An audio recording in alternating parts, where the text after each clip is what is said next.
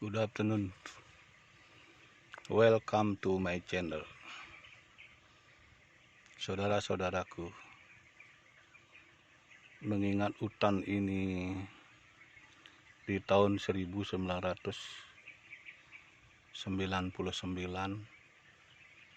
saya ingat hari ini. Di suatu desa, pada saat itu saya masih bekerja di asuransi. Ada orang yang berkerumun di desa itu dan minta tolong-tolong. Terus memanggil saya, Pak Ceru, tolong, ada orang mati minum racun. Racun apa? Racun tikus. Puy, mana bisa tolong kalau mati makan racun tikus ya tidak bisa tolong. Ya Pak, mangku coba tolong aja. Kira-kira rumahnya seperti di lereng ini. Pada tahun itu saya lugu, tanpa memikirkan apa-apa. Akhirnya datang ke rumah orang yang berkerumun banyak itu. Coba balik, sudah keluar busa mulutnya dan merah. Kadang-kadang busanya hitam. Siapa namanya ini? Nyoman. Sudah punya anak? Sudah. Berapa anaknya? 2. Mana suaminya ini? Gimana istrimu kok bisa minum racun? Nggak tahu, Pak. Nggak tahu. Aku tolong istri saya. Nggih, coba saya akan menolong. Cuman gimana caranya nggak tahu, saya akan menolongnya. Coba panggil dia, suruh bangun. Man, bangun, man, bangun, man. Nah, coba segera carikan air kelapa 5 butir. Kalau ada kelapa muda, kalau enggak kelapa kering nggak apa-apa, cepet. Nanti itu bisa dicuci perutnya dulu dengan air kelapa. Setelah itu kita goyang dia dengan keras dan jungkir balik air racunnya dari perutnya biar keluar. Jadi hari ini saya ingat masa lalu itu, dan saya berpikir lugu dan tidak berpikir apa-apa, hanya fokus pada Tuhan. Saya berdoa pada Tuhan, ya Tuhan, Bapakku di sorga, tolong bantu ini, datangkan maha sucinya agar orang ini bisa bangun dari tidur. Karena waktu itu saya menganggap dia tidur sekalipun minum racun tikus, jadi saya cuman punya tema seperti itu. Setelah itu dikasih minum air kelapa 5 butir, terus dikocok-kocok perutnya, terus dijungkir balik, terus ramai sekali di sana. Apa mungkin bisa hidup ini? Apa mungkin bisa hidup? Ya, tidak mungkin lah, itu Pak Jero kan bisa itu menghidupkan orang mati gitu. Ada orang gitu, saya kaget waktu itu. Wah, masa saya bisa menghidupkan orang mati gitu. Saya nggak tahu, pokoknya saya menolong dengan ikhlas. Saya memanggil Tuhan, ya Tuhan, Bapakku di surga, bantu ini, hidupkan atau bangunkan dia orang tidur. Jadi orang kasa-kisi dan tetangganya sekitar 50 orang di situ berkerumun. Saya minta tolong semua adik-adik, bapak-bapak, minggir dulu biar ada oksigen masuk, biar tidak dikerumuni. Setelah 3 kali dicuci perutnya dengan air kelapa, dia lemes dan tidak bernapas, mukanya udah biru. Namun saya tetap memanggil Yang Maha Kuasa. Lalu saya merasakan ada angin datang dengan keras. Angin itu menyentuh kepala saya. Sepertinya angin itu sulit masuk ke tubuh orang itu, tubuhnya Nyoman yang mati itu. Terus saya mohon pada Yang Maha Kuasa supaya cepat masuk, hanya masuk saja. Terus saya rasakan masuk angin itu, saya merasa tenang. Ya Tuhan, saya mohon kepada Tuhan jangan diizinkan keluar lagi, biar dia bisa tetap bangun dari tidur. Terus untuk mengurangi risiko pikiran saya dan punya akal sendiri, biar tetap dia digoyang-goyang oleh mobil, segera naikkan ke mobil, bantu ini, carikan dokter dan infus nanti di sana di rumah sakit.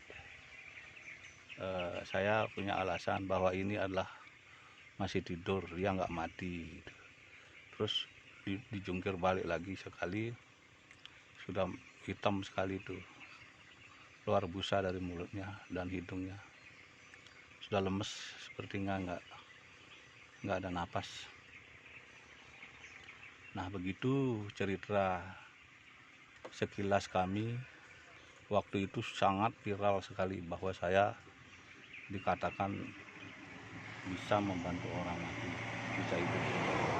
Namun saya nggak tahu apa itu akan hidup atau tidak. Yang penting saya melakukan pertolongan itu. Dan beberapa lama, sekitar 20 menit dikerumuni, terus dinaikkan mayatnya ke mobil, dibawa ke rumah sakit dengan harapan dapat infus. Namun tujuan saya bukan begitu. Tujuan saya biar digoyang oleh mobil, terus jadi dia akan, darahnya bisa mengalir ke jantung, kemudian oksigen bisa masuk. Karena keyakinan saya, angin dan Roh Kudus dan jiwanya sudah, saya meyakini bahwa sudah masuk melalui ajaran saya tahun 1999. Pada saat itu saya yakin dan badan saya merasa dingin waktu itu, dan terang rasanya dia akan hidup. Lalu pada saat itu saya setelah berangkat, mayat yang dibawa ke rumah sakit, saya berlahan-lahan pergi dari sana, minta izin pada tuan rumah di sana. Jadi apa namanya di sana, sepertinya mencekam sekali waktu itu. Jadi saya juga merasa agak khawatir kalau terlalu lama di sana, karena anak-anaknya sudah menangis semua, dan anak-anak, beberapa anak tetangganya sudah menangis.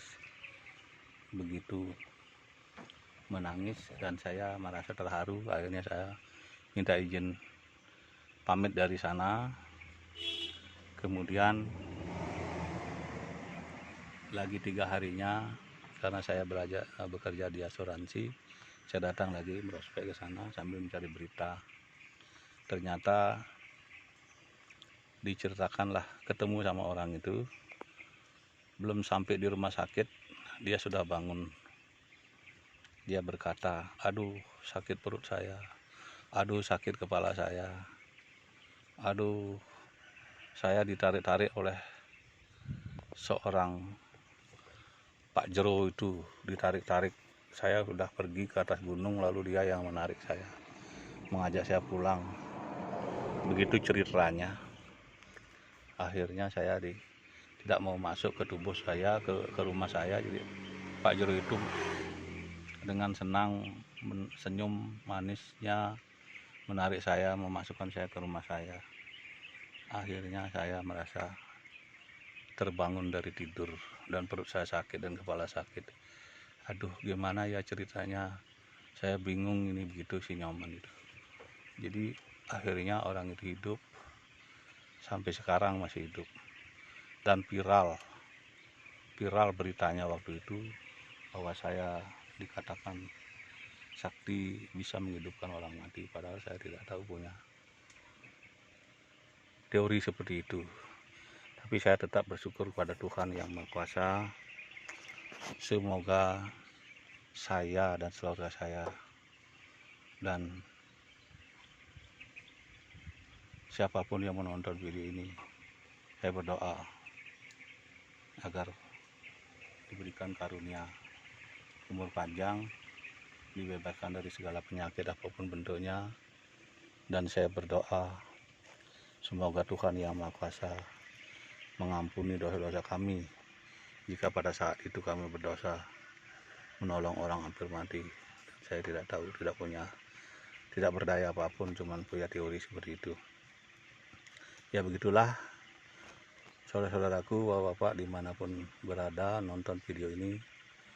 Jika suka dengan video ini, boleh diviralkan dan boleh dibagi.